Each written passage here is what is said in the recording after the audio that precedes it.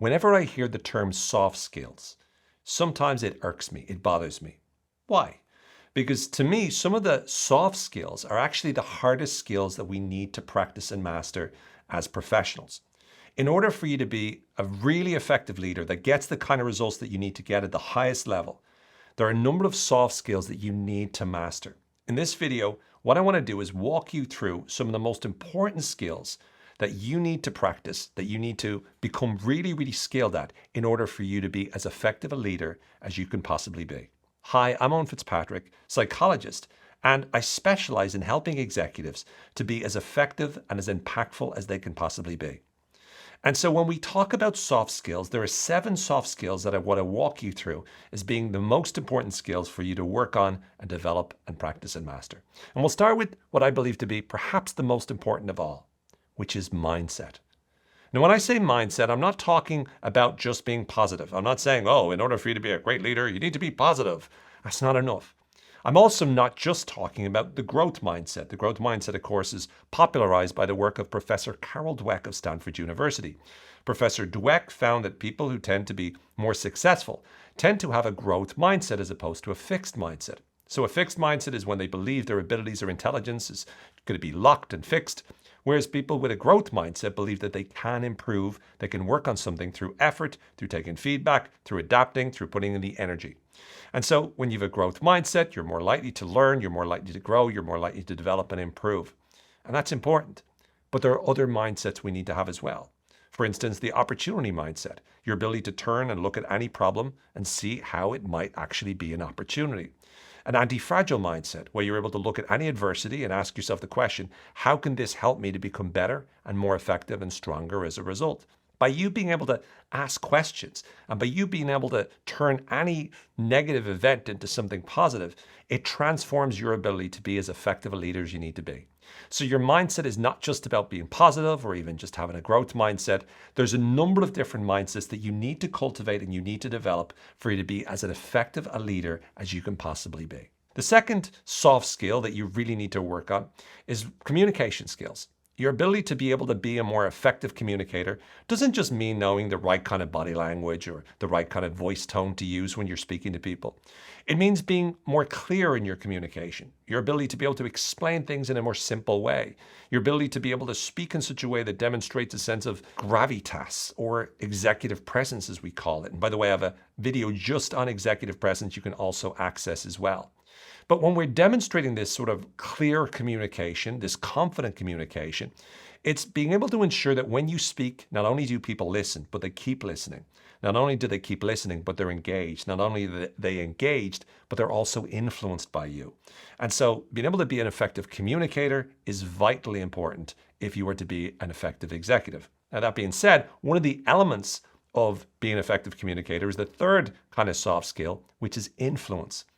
To me, whenever I'm asked what's the most important skill you need to master as a successful executive, I always say influence is number one. And the reason I believe influence is number one is because the more effective you are at influencing other people, the more you can get people doing what it is that you want them to do, the more likely you are to get results. I mean, it's that simple.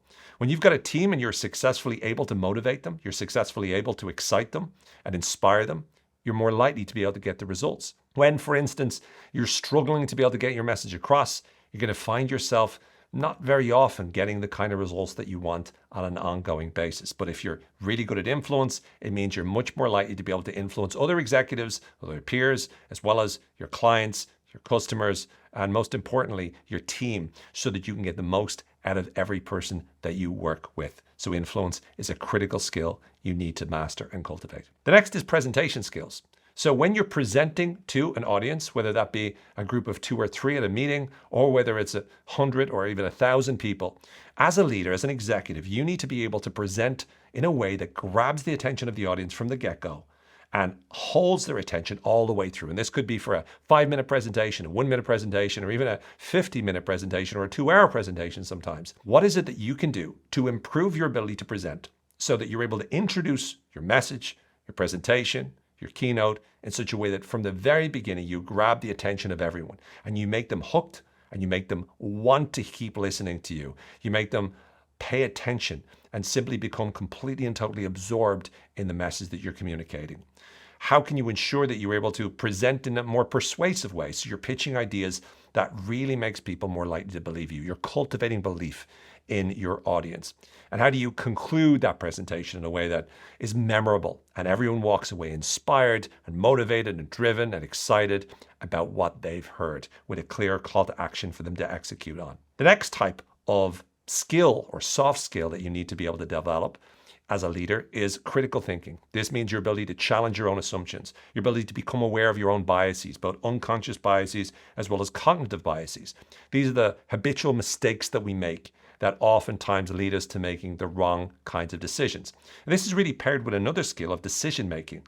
The more you're able to demonstrate a sense of decisiveness, the better at decision making you are. Not only does that add to what we call your gravitas as a leader, but it also makes sure that you're making better decisions as an executive, which in turn will lead to better results.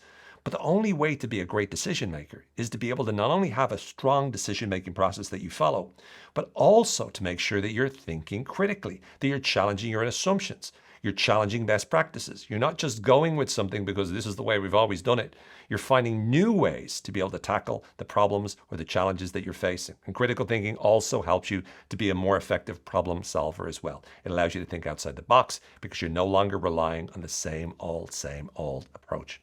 And then finally, the last soft skill that I'd highly recommend that you work on is strategic thinking. This means your ability to be able to think more strategically, not only about the future, not only big picture thinking, but also your ability to think competitively. And on another video on this channel, I walk you through the 3 most important elements of becoming a more strategic thinker as a leader. For now, let me just say that strategy is not just one thing. It's not just about the future. It's also about the big picture. It's not just about the big picture thinking. It's also about competitive strategic thinking, your ability to think through what your competition is doing and noticing what decisions you need to make in response to that.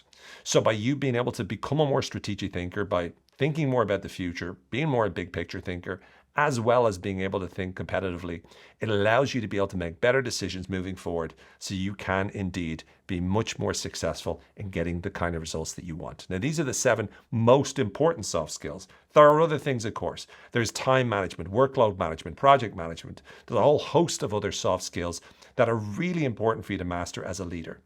But the 7 ones that I've talked to you about here, from mindset to communication, to influence, to presentations, to critical thinking, decision making, and then strategic thinking, all of those elements will allow you to be an even more impactful executive. These are not soft skills, they're professional skills. I would go as far as saying they're leadership skills, critical leadership skills. So I really hope that you do what you need to do to start to work in each one of them for you to become as great a leader as you can possibly be.